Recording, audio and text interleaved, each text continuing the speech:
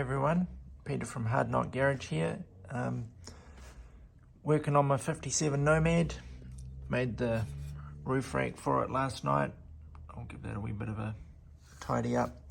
Sanded off the body. I'm now going to give it some airbrushing. Chuck a bit of surface primer on it.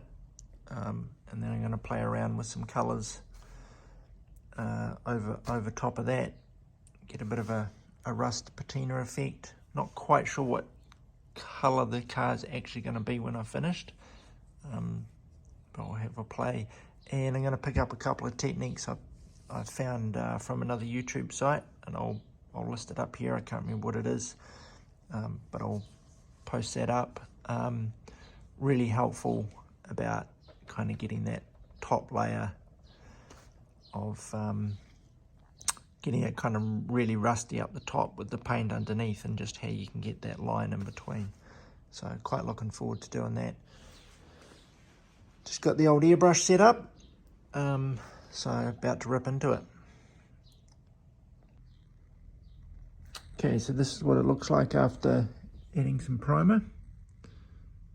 Don't need to be too crazy about it, just get enough on there.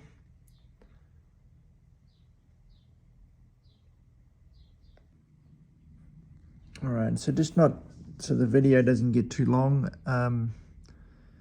what I'm doing is I've taped up with this lighter coloured tape where the body paint is going to go. So I'm going to put the body colour back over top under here, and I'm going to make it a two-tone, so similar to the one in this photo, in the respect that I'm going to put white around the roof and then body colour under here. Haven't quite figured out what the body colour is going to be, so I'm going to do white around here,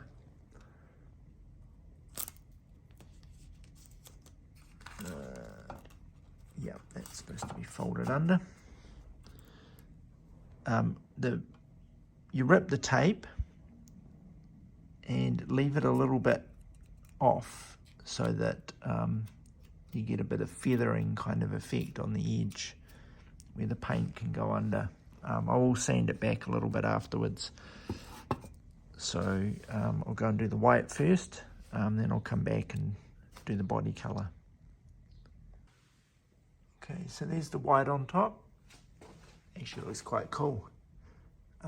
I did put it on reasonably thick, but I'm going to sand it back a little bit as well. So now I'm going to take off these bits of masking tape, and then I'm going to do the body colour. Okay, so here she is, body colour. I've got the white up there. I'm going to start peeling all the tape off now, because some of it I've used is kind of normal masking tape. I don't want it to get too sticky and peel all the paint off. Plus I'm quite excited to see what she looks like.